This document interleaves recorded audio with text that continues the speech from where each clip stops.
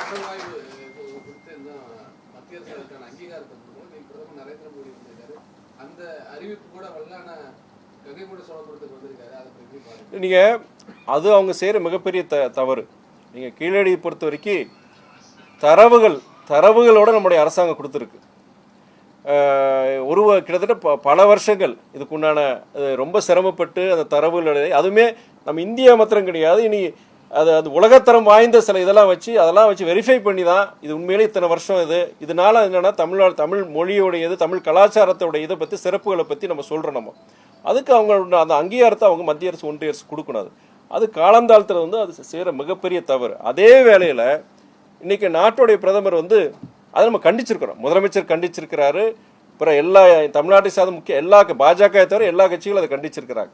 அதே வேளையில் பொறுத்த வரைக்கும் இன்னைக்கு நம்ம தமிழ்நாட்டுக்கு வரும்போது ஒரு வரலாற்று சிறப்புமிக்க ஒரு பகுதிக்கு போறாரு.